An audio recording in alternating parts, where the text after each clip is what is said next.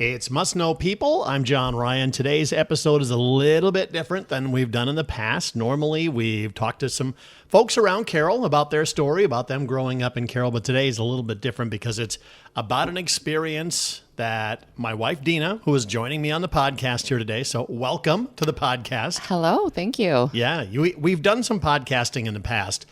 Just nothing that anybody has heard of. That is true. We've done it on our own a little bit. Yes, we've kept it to ourselves. But it's an experience that we both went through. Yes. Not just me. If folks have not heard by now that I suffered a heart attack on July the 6th, unbeknownst to me, up until the point where they said, you are having a heart attack. Right. So it came as about that big of a blindside to all of us. So we're going to get into that coming up here in a few minutes. And the reason we're doing this is because we want people to hear the story and to look at what happened to us. And maybe if something rings a bell for them, it might spur them to take action before Correct. You get life flighted. So then, Correct. Trust me, this is what you want to do. Right. You do not want to be life flighted. But anyway, let's start by talking a little bit about you and I. Okay. We met about 12 years ago. Yep. It was funny. I met you at work. Yes, I was working in Carroll at the time, and yes, that is where we met. I was out doing a live broadcast at a business that day. That is correct. And My business. I had been at that business many, many times, 20, 30 times. Yep. Never saw you there. Because my office was in the back. Yeah. So one time I walk in there and I'm doing this and you came walking out and I went, okay, who's that? And that's exactly how we met. Turns out we are both from South Dakota. And we both land in Iowa. Yep. We met here in Iowa. I'm from Pierre. You're from Sioux Falls. I'm from Sioux Falls, yes. Born and raised there. And so, we had to come to Iowa to meet here. But this is our second marriage for both of us. I was divorced. And I was widowed. Grew up in Sioux Falls, South Dakota. I landed in Worthington, Minnesota. Met my late husband there, Mike. And we ended up moving to this little tiny town in Lakeview, Iowa. And realized once I got here, there was not a 7-Eleven that was open 24 hours. No big gulps. So I was just coming off of a divorce. But as you mentioned, you were widowed. Correct. Yes. So I ended up landing in Lakeview, Iowa. My late husband was a farmer. He passed away in 1996 from a grain bin accident. I had a 4-year-old and a 6-month-old at the time. And we ended up staying here in Lakeview because we loved the area so much and had a lot of friends and family here. So fortunate for me, you did stay in the area. So we dated a couple of years and then eventually got married in 2016. Correct. January the 2nd. So we're kind of a New Year's new couple at that time. We actually had a surprise wedding. We planned our wedding for all of our friends. It was just a very low-key wedding. I think we had maybe 20 people there. Maybe at most, yeah. Yeah. And so we had it in the church, our church here in Lakeview. We told our friends to show up. Told them we were having a New Year's party. That is correct. It was just going to be a little late because that was the weekend, was the January 2nd. Yes. So we told about all of our friends. There was a couple of people that knew, but not all of them.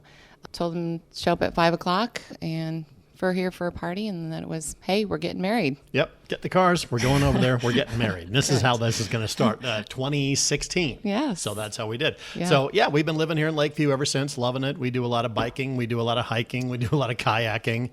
We do. Things like that. It's an incredible town to be active in. It is. We've done Ragbri several times. You did it first time for your 50th birthday.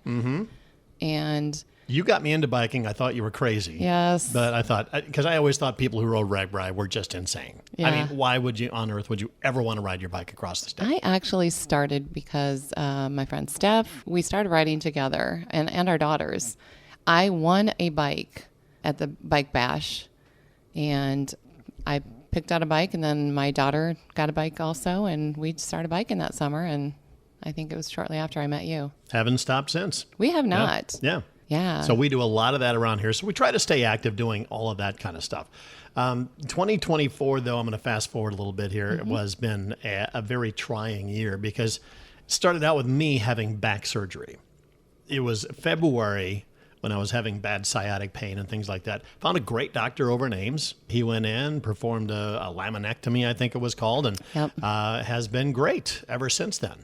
So, I mean, that's the way the year started. Yeah. 2 hours after surgery, I was walking out of the hospital. Yeah.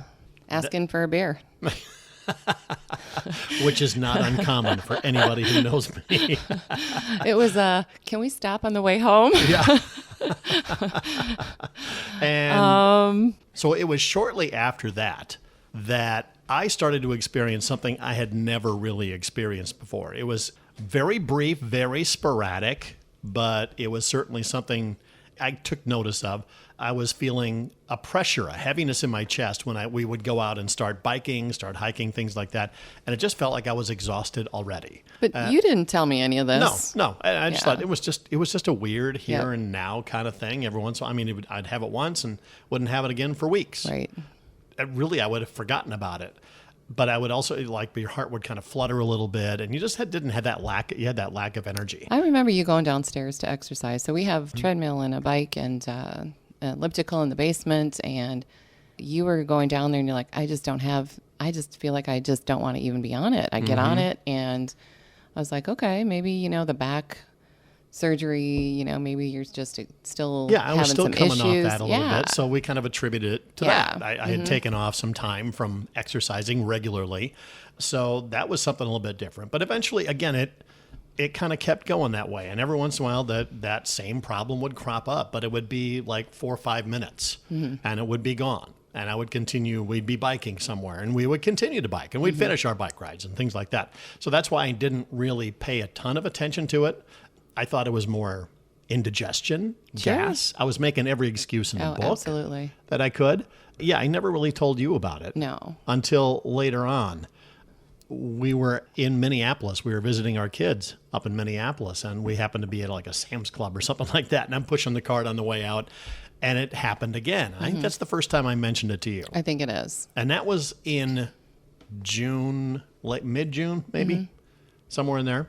So, yeah, we're getting close to the July 4th holiday here. So that I told you about that, and I said, you know what, I'm going to go see my doctor. I said, something's not right.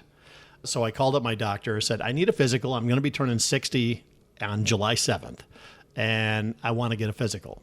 I said, I've been having this issue lately. And one of the first thing they said was, well, oh, sure, physical, let's see you in September, because that's when we can fit you in. And I said, no, I need to come in and see the doctor earlier than that because I've been having these chest pains a little bit, the pressure in my chest. And I said, I don't know what it is. It could be nothing. If you watch every TV show, anybody who goes to the emergency room with a doctor with chest pain like that, it's always gas. Oh, and I literally thought that. It was on The Big Bang Theory. Yeah. Sheldon. 2.5 Men, Charlie Harper did. Yes. Yeah. All the shows we watch, all the highbrow about shows that. we watch. So I get all my medical advice from 2.5 course. Men and Big Bang Theory. Yes. Yeah, but I honestly thought that. I thought they were going to tell me, it's gas, you're a baby, stop it. So you went there. So I called up and I said, I need to come in because I said, I don't know what it is. I said, it could be an ingestion. I said, it could be a blockage. I don't know. And I just threw that out there. I had no reason to suspect that. Yeah. Well, and also, it's not in your history. No. It's not in the family. I don't have high blood pressure. I have high cholesterol, but nothing I've ever been on medication for. Correct. No diabetes. Correct. Nothing like that. Nothing in my past that would indicate that. And plus, like I said, we are active. Yes. All the time. Yes. So yeah, I called up and they said, okay, we're going to get you in right away. So they did. They got me in very, very quickly. They had me set up to go on an EKG test just before the days leading up to the 4th of July holiday. And they called me up and says, hey, we want to do this for 48 hours. And I said, you know what? We're going to go on vacation July 6th and 7th. You had a vacation plan for my 60th birthday. We did. Going to Dubuque. It was going to be a short one. To be fair, we're going to take a big vacation either next year or the next. But for our 10-year anniversary. That is correct. Yeah. So we were just going to take a weekend and go away. We're going to go hike and do some biking. And yeah. So I said, let's put that off till next week. And they were like, okay, fine. It wasn't like it was a huge deal at that point. So we get to the July 4th holiday and got the day off. Oh, we had a great time with friends. We were on the lake, in the water, and had a great day.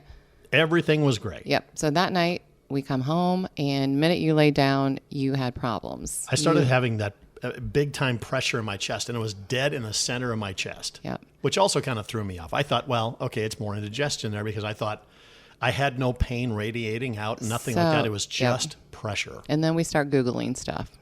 Yeah.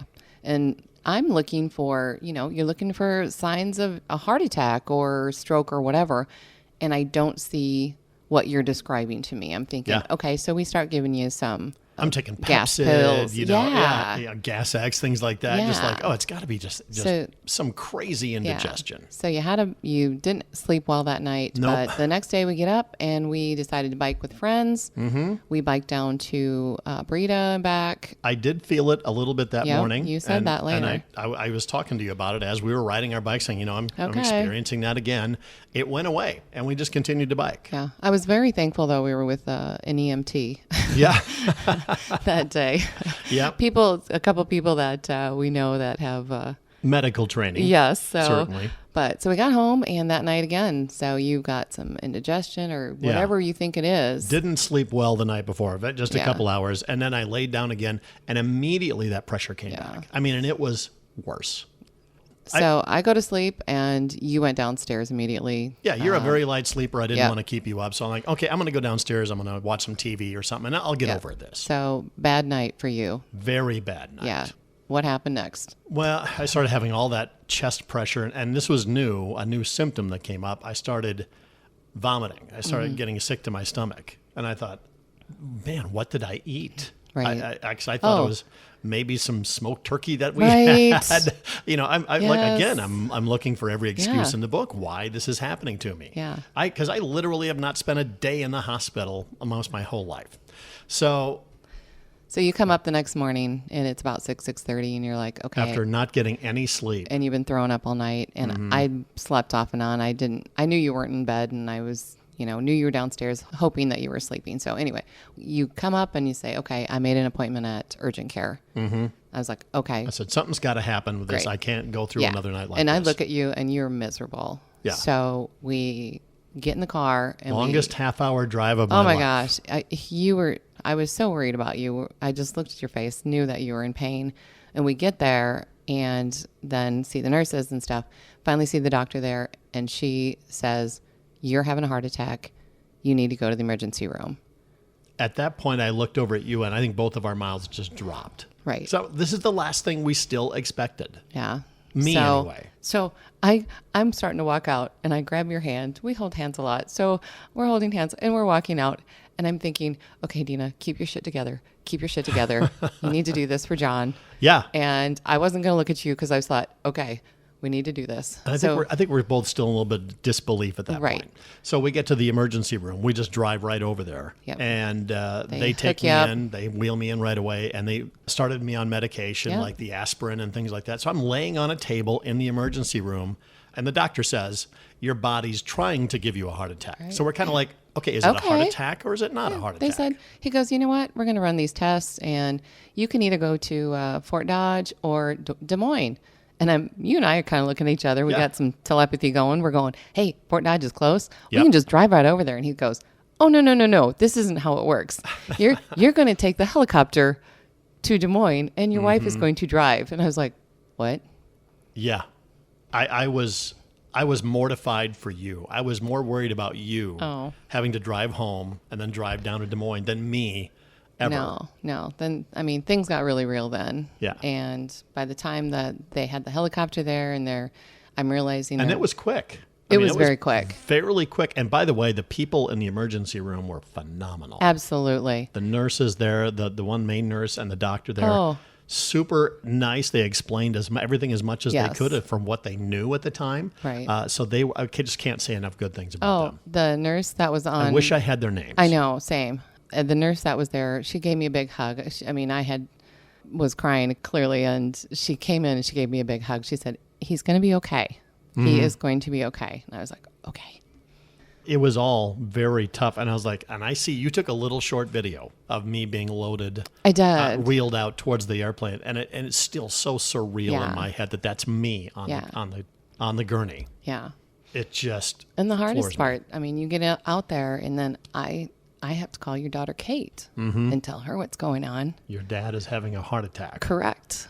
And from what we understood at the time, it was, okay, you're having a heart attack. We didn't know how severe. Right. We get down to Mercy in Des Moines, and they're all phenomenal people up there. My gosh. Their cardiac unit is so good. Mm-hmm. But again, it's kind of a waiting game. We see a doctor and he's like, okay, yeah, this is a big deal. One of three things. You're going to be on medication. We're going to be able to control it with that, or a stent, or worst case scenario, a bypass. Correct. And he goes, I don't think it's a bypass situation. So he goes, most likely a stent. What happened was I had a 95% blockage of the LAD artery. That's the one that provides over 50% of the blood to your heart. I mean, it's the big one. And they called it, you were having the widowmaker Correct. heart attack. Correct. And we didn't find that out until you had your angiogram, and which was a very quick procedure. You were in and out with 40 minutes? Yeah. 45 minutes from the time I think they wheeled me into the room to the time I was out in recovery. And you were awake for it all. They just sedate you, and it's surreal. Yeah. Again, I use that word. They go in through your wrist. They run a catheter up through your wrist, all the way through your, and I swear to God, I could feel it in my chest while they were doing it. I didn't talk to them because I thought, well, they have more important things they're doing right now than to talk to me. So I'm just not going to bother them. Good advice. Yeah, and they blow up a balloon to block the blockage, and then they put the stent in there, blow it up again, and you're fixed, basically. Pretty much. Yeah. I mean, it's almost that simple. I was going to say, he comes out and we're both together in the recovery, and he said, he started telling us it was the widowmaker and 95% blocked. And I was thinking to myself, you know, I was widowed at age 31. I don't want to be widowed at 58. And then I'm like, I'm sorry. I know this isn't about me. I know this is about you, John. And also we can kind of laugh about this now because it's in the past, and we know the outcome was good. The outcome was good, and we know what we need to do to look for signs going forward. And so if you're out there and you're experiencing pressure in your chest, is nothing to mess around with. So we're in the hospital. And the doctor does come in and talk to us later on saying, good news, there was no real permanent damage done to your heart at that point. They said it's still, we're still temporary. We're still reading the results from this, but it looks very, very good. The stent is holding well. A couple of weeks later, I go into the cardiologist here in Carroll, which also came very highly recommended to all of us here. Yes. And she said, all this was incredibly serious, but again, no permanent damage done and no restrictions going forward, because we talked about our lifestyle and things. She's like, just keep doing what you're doing. Also, I want to note that, by the way, I cook well for John. I do. This damage happened way before Deana showed up. No. Yeah, I wouldn't doubt that. Yeah. I mean, we cook chicken and fish, and we don't eat fast food, ever. Fried foods, things or like that. Processed. We rarely, if ever, do that. Right. It's a treat when we do things like that. Yes. So I got away very, very lucky, Yes. and not a lot of people do. I was sitting in the office of the cardiologist, and I feel like I'm by far the youngest person there, which also scared me a lot, because I'm like, oh man, I can't believe that I'm sitting here in a cardiologist office. Well, one of the things that she said, you had thankfully recorded your conversation with her so I could listen to it later. And you said, hey, there wasn't any warning signs. She goes, you just told me all the warning signs. Yeah, you told me everything I needed to know. And these were the warning signs. I was just denying every step of the way. Absolutely. So, yeah, if you've got that issue and it's recurring, it's not anything to ignore. Don't rely on Dr. Google. Right. That's the worst thing in the world, because I kept it, I don't have that one. I don't have this symptom, so it can't possibly be this. So you're playing that game, and it's a losing game. Yeah. Don't be doing that stuff. So July, my 60th birthday was spent in Mercy Hospital with a heart attack. And this is where we learned John has no patience whatsoever. Yes, I have no patience for waiting. Yeah, I've not been in the hospital with you for 4 days before, so that was... But you were there. I mean, you slept in the recliner by my bed. I mean, you've been the rock in my life for 12 years now. So. Right back at you. Yeah. So it could have been much, much worse, but we just wanted to tell everybody. We did. That's our story, how I spent my 60th birthday. Don't repeat that for anything. And I think going forward, we're going to celebrate 2 days. We're going to celebrate the day before your birthday and your birthday as a great day in your life. Yeah, it really was. It was. And now I've got lots to look forward to. Absolutely. Got clean arteries in my heart. I'm ready to roll. Hey, your daughter's getting married next year. Yep. I'll be the We'll be- officiant and that's the one right. walking her down the aisle. So Yeah. I got reasons to We be got here. grandbabies and all is good. So A lot of things to look forward to. All So right. again, reminder, PSA, we are not Yes. medical Oh, professionals by any absolutely stretch. not. Don't but- listen to any of us, any medical advice we give. Yeah, don't Google, don't depend on that. Depend on medical professionals. Call. Because the folks Call. here locally are phenomenal. Yeah, call the ER. Exactly. Call the doctor. Yeah. So, as All we have right. you sit here having a beverage, Yes. cheers to life. Cheers.